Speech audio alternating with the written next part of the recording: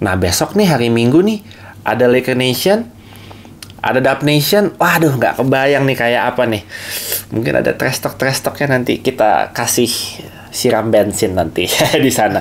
Adjustment yang langsung kita notice dari sejak tip off adalah kok bisa ada JaMychal Green jadi starting lineup. Well, anyway, kalau ngomongin Lakers ya gue rasa apa yang mereka ingin capai dengan nyolong satu game di Chase, menurut gue itu udah satu hasil yang bonus banget buat mereka. Udah bisa series ini masuk ke game 3 sementara 1 sama. Menurut gue sih udah oke banget ya kalau buat Lakers ya, yang menunjukkan bahwa di series lawan Memphis pun mereka main 6 game ya lawan Memphis ya. Itu AD game pertamanya bagus, game kedua jelek, 3 bagus, 4 jelek, 5 bagus, 6 jelek.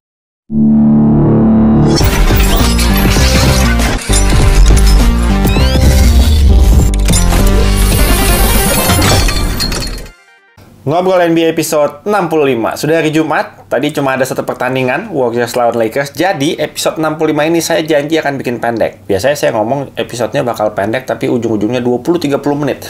Kali ini saya berusaha menepati janji saya mau episode ini hanya 10 menit, karena saya udah harus pulang. Oke, 10 menit, kita singkat aja. Membahas tentang game tadi, yang pastinya nggak terlalu seru, karena akhirnya blowout cukup jauh, hasilnya 127 melawan 100 untuk kemenangan Golden State Warriors, dan akhirnya series ini imbang 1-1. Game ketiga nanti akan dimainkan di Crypto hari Minggu. Sebelum gue bahas tentang game tadi, jangan lupa gue mau mengingatkan dan mau mengundang teman-teman, terutama yang lokasinya di Jakarta, karena Authentics, Box Out, Double Screen, NBA Info, ini 4 community terbesar ini di Instagram. Kita akan ngadain menjadi host nobar di ini gua kasih invitation-nya, gua kasih flyer-nya. Teman-teman yang di daerah SCBD atau di daerah yang nggak terlalu jauh, kalau bisa merapat, kita seru-seruan bareng di situ. Gua akan hadir di situ pastinya, walaupun akan cabut sebentar karena anak gua ada tanding di Bulungan, nggak terlalu jauh dari SCBD, tapi nanti pas halftime gua pasti akan balik lagi. Oke, segitu aja untuk invitation-nya. Mudah-mudahan teman-teman bisa datang ya. Makin seru, makin gokil. Terakhir kita nobar All Star aja tuh 100 orang kali yang datang itu. Berisiknya luar biasa, apalagi pas dunk contest kemarin seru banget. Nah besok nih hari Minggu nih ada Laker Nation, ada Dub Nation. Waduh, nggak kebayang nih kayak apa nih. Mungkin ada trash talknya nanti kita kasih siram bensin nanti di sana. Oke, game tadi, game kedua, yang pasti gue di episode kemarin gue udah bilang Steve Kerr itu nggak bisa dianggap remeh. Steve Kerr itu bukan Coach Bud ya. Coach Bud by the way dipecat. Mohon maaf buat Coach Bud. I think it's time. Udah saatnya. Memang ini udah dipending lumayan lama. Tapi gue mau bersimpati juga sama Coach Bud. Gue mau bilang bahwa dia kalau nggak salah kakaknya atau adiknya gue lupa, itu meninggal dunia karena kecelakaan. Itu di saat Milwaukee Bucks lagi main kemarin tuh lawan Miami Heat. Itu kakaknya atau adiknya gue lupa ya. Pokoknya saudara kandungnya dia kecelakaan dan akhirnya meninggal dunia. Mungkin itu di situ dia hilang fokus, dia nggak benar-benar bisa, nggak benar-benar pikirannya kemana-mana gitu, karena ada saudara kandungnya yang meninggal karena kecelakaan lagi ya. Jadi I feel sorry buat Coach Bud, tapi terlepas dari itu, ini ngomongin profesional aja ya. Masalah dipecat ini menurut gue memang sudah saatnya, dan gue rasa front office dari Milwaukee Bucks juga mungkin ya akan going in other direction, dan udah memang sudah saatnya untuk berpisah dengan Coach Bud. Oke, ini jadi panjang, udah berapa menit nih? 10 menit ya. Oke, kita langsung bahas ke game yang tadi, game kedua. Pasti akan ada adjustment yang dilakukan sama Steve Kerr ya. Adjustment yang langsung kita notice dari sejak tip off adalah kok bisa ada JaMychal Green jadi starting lineup. Well, Kevon Looney-nya memang lagi sakit ya. Tadi Kevon Looney hanya main 11 menit. JaMychal Green mainnya nggak banyak kok, 12 menit juga. Mereka nggak terlalu kasih porsi big man mereka untuk bermain banyak, karena memang mereka main small ball all the way hari ini. Tapi anyway, salah satu adjustment yang dilakukan sama Steve Kerr yang menurut gue cukup jenius adalah memasukkan JaMychal Green. JaMychal Green itu jarang banget dimainin. Malah mungkin di series kemarin dia nggak dapat menit sama sekali. Tapi gue suka dengan pemain-pemain yang kapanpun dia dipanggil, mendapat kesempatan untuk perform, untuk main, apalagi langsung jadi starting lineup, itu dia bisa menjawab tantangan itu dan dia bisa melakukan semua tugasnya dengan baik di lapangan. Steve Kerr butuh apa? Steve Kerr butuh big man yang bisa scoring, yang bisa stretch. Tujuannya apa? Kenapa nyarinya yang bisa stretch, bisa nembak 3 angka big man-nya? Ya dia hitungannya stretch 4 ya, karena dia power forward, mau nggak mau dia very undersized stretch 5 kalau mau dibilang. Tapi dia bisa stretch, dia bisa scoring, dia bisa nembak 3 angka, itu yang nggak dipunyai sama Looney by the way. Tujuannya apa? Biar AD-nya juga ketarik lah. Paling nggak AD-nya harus jangan terlalu deep in the paint gitu. Karena kalau dia udah pasang badan di dalam, AD-nya di situ kemarin di game 1, Golden State mau ngapa-ngapain attack ke dalam juga udah susah gitu. Jadi ini paling nggak fungsinya buat narik AD keluar dan sehingga lane-nya lebih kebuka dan pemain-pemain Golden State bisa lebih leluasa lah untuk ngacak-ngacak paint areanya Lakers. Gue selalu bilang bahwa salah satu faktor indikator paling penting dalam satu pertandingan itu adalah points in the paint. Berapa banyak poin yang dicetak di dalam paint area itu menjadi satu indikator penting di mana ketika tim bisa mencetak poin di paint area lebih banyak daripada tim lawannya, kemungkinan besar, chance-nya besar sekali tim itu akan menang di pertandingan itu. Game pertama kemarin Lakers nyetak points in the paint-nya berapa? 50 sekian. Warriors hanya 20-an, hanya 26 mungkin setengahnya. Kalau di game ini Warriors lebih banyak, bro. Lakers juga tetap banyak, 40, 42, 41 mungkin, tapi Warriors bisa cetak 48 points in the paint. 48 hari ini. Hampir 2 kali lipat dari yang kemarin mereka cetak di game 1. Itu menandakan apa? Strateginya Steve Kerr berhasil. Lane-nya lebih kebuka, pemain-pemain Warriors lebih agresif, lebih berani untuk paling tidak mencari foul, dan ngacak-ngacaknya tuh lebih enak kalau tadi gue liatnya. Jadi itu satu adjustment yang dilakukan sama Steve Kerr, berpengaruh ke dalam points in the paint-nya mereka secara keseluruhan. Kita lihat dari jumlah free throw attempt-nya di game pertama Lakers itu dapat berapa? 29 ya, 29 free throw attempt. Hari ini dapat berapa? Hari ini dapat 17 mungkin. Coba kita lihat contekannya. Hari ini dapat 17 free throw. Kalau kemarin di game pertama dari 29 free throw, Lakers memasukkan 86% free throw mereka. Hari ini dari 17 free throw mereka hanya masuk 10. Hanya 59%. Dan Golden State kemarin di game pertama hanya dapat 6 free throw. Hari ini kita lihat berapa? Saya short term memory. Hari ini mereka dapat 16, bro. Tapi masuknya juga cuma 10. Aduh. Oke, ini lucu. Lakers free throw-nya 10 dari 17. Warriors itu free throw-nya 10 dari 16. Ya, sama aja ya. Ya nggak apa-apa, yang penting jumlah attempt-nya lebih banyak. Hampir 3 kali lipat dibanding dengan game pertama. Jadi itu satu PR yang dilakukan sama Golden State. 3 point-nya. Kemarin ada yang bilang ke gue, game pertama Golden State terlalu banyak melakukan 3 point.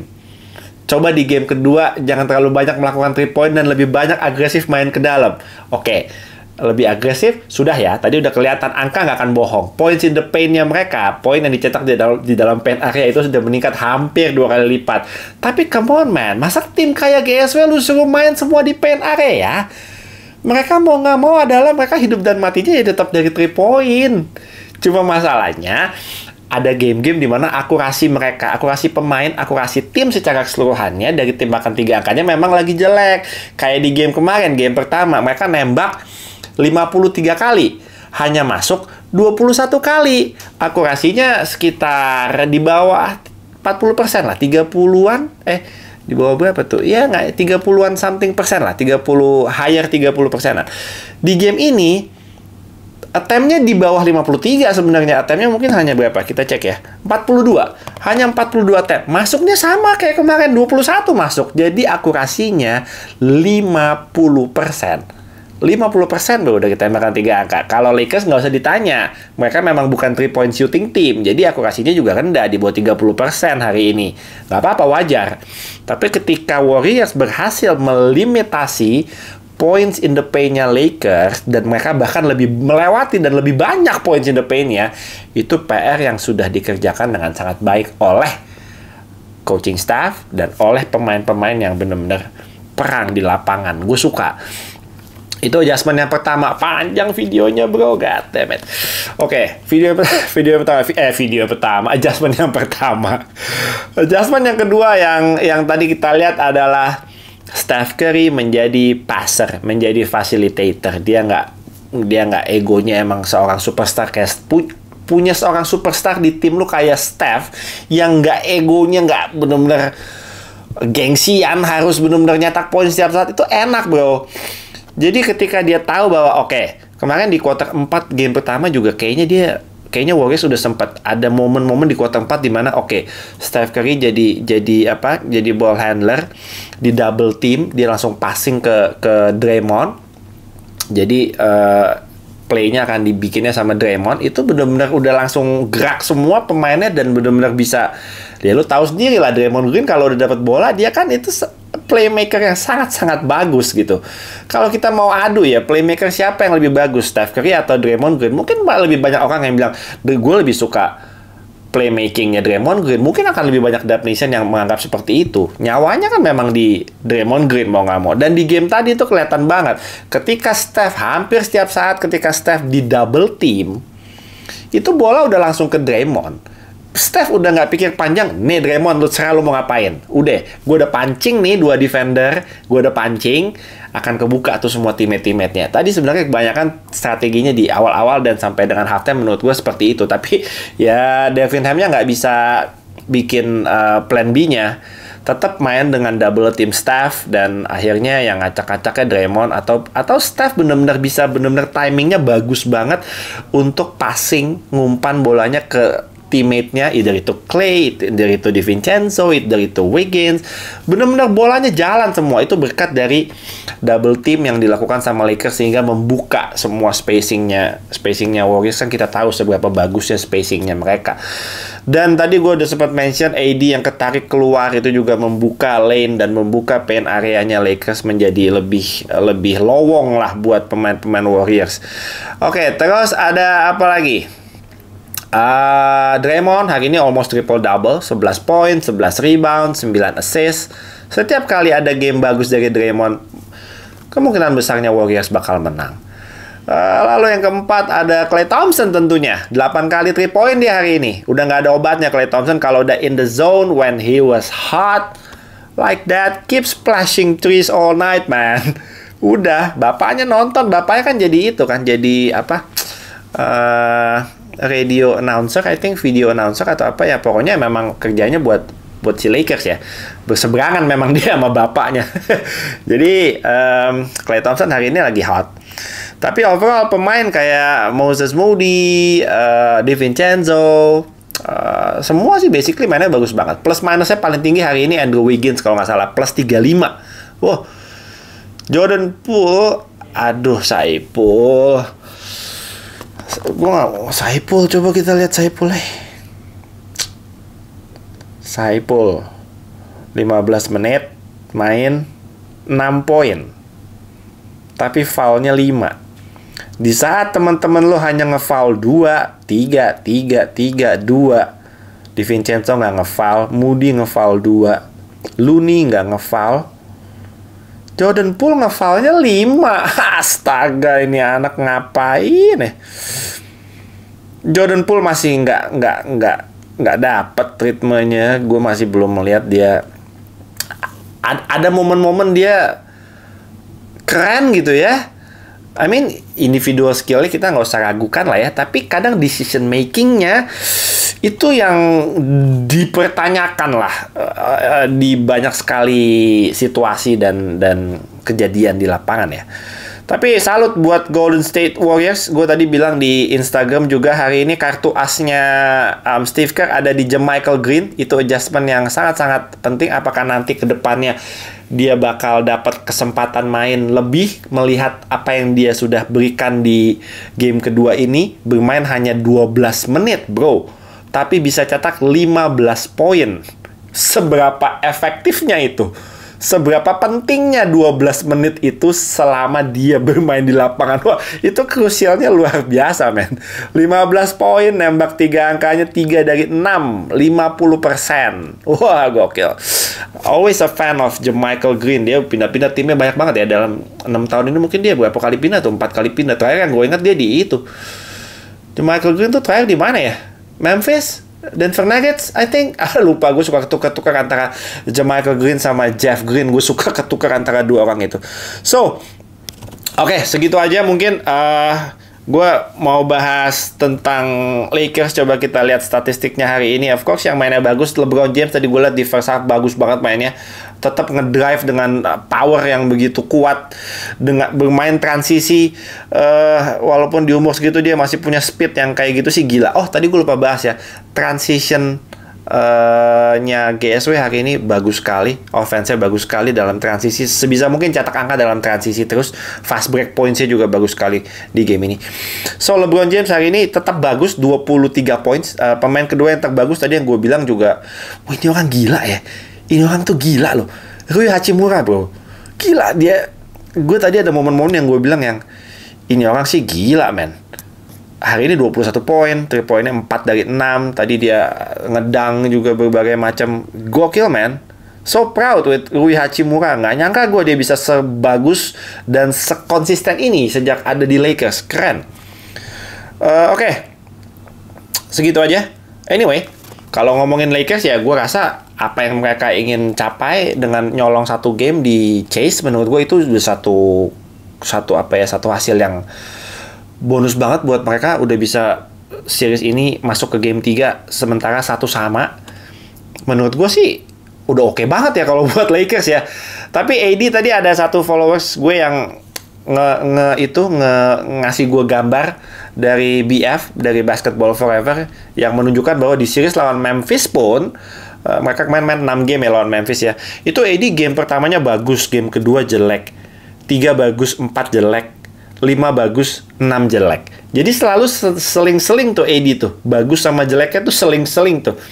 Selang-seling. Jadi kita belum pernah melihat ada 2 game berturut-turut di mana AD mainnya bagus di playoff ini. Ya mudah-mudahan nanti tren itu bisa dipatahkan lah. Nanti di crypto di game ketiga dan game keempat. We'll see. Gue kemarin juga sempat mention AD itu dihajar 44 menit bro. Di game pertama, itu ada plus dan minusnya. Teman-teman boleh cek di episode sebelumnya. Gue bilang akan ada plus, ada minusnya. Ya mau nggak mau main 44 menit, kayak Eddie mungkin di game berikutnya akan kerasa capeknya lebih berasa lah. Dan gue mau bilang bahwa game di semifinal ini agak ketat nih. Gap antara game 1, game 2, dan game 3 itu kan jadwalnya padat ya. Jedanya hanya 48 menit. Jadi otomatis recovery time-nya juga sangat-sangat terbatas. Kita lihatlah nanti gimana Lakers bisa bounce back di game ketiga dan game keempat yang akan dimainkan di crypto. Jangan lupa nobar kita hari Minggu, dan besok gue akan siaran di Champions TV video sama Mutia jam 9. Jam 9 kita live gamenya antara Denver Nuggets lawan Phoenix Suns. Phoenix Suns gimana lo 2-0 bro. Besok kita lihat lah. KD, Booker, CP3, gue nggak yakin dia bakal main karena berita terakhirnya adalah CP3 itu kena groin injury game 3, game keempat, game kelima. Itu sepertinya dia harus absen, tapi mudah-mudahan ada keajaiban dan I don't know, somehow dia bisa main besok, mudah-mudahan. Kita lihat aja. Kalau nggak bisa main, sorry to say, Phoenix berat bro, asli tanpa CP3 berat. Kita lihat lah. Oke, segitu aja ya, pendek kan, 10 menit nggak? Lebih kayaknya ya. Oke lah, nggak apa-apa, lebih-lebih dikit aman. Episode 65 ini sampai segitu aja, karena sekarang sudah hari Jumat. Gue hanya mau bilang have a nice weekend, stay safe, stay happy. Senam jantung kita senam jantung bro, masih panjang ini perjalanan kita. Oke, segitu aja, thank you guys for watching. Kalau kalian suka, boleh subscribe, boleh di-share ke teman-teman kalian yang juga ngefans sama NBA. I'll see you guys on the next episode. I'm out.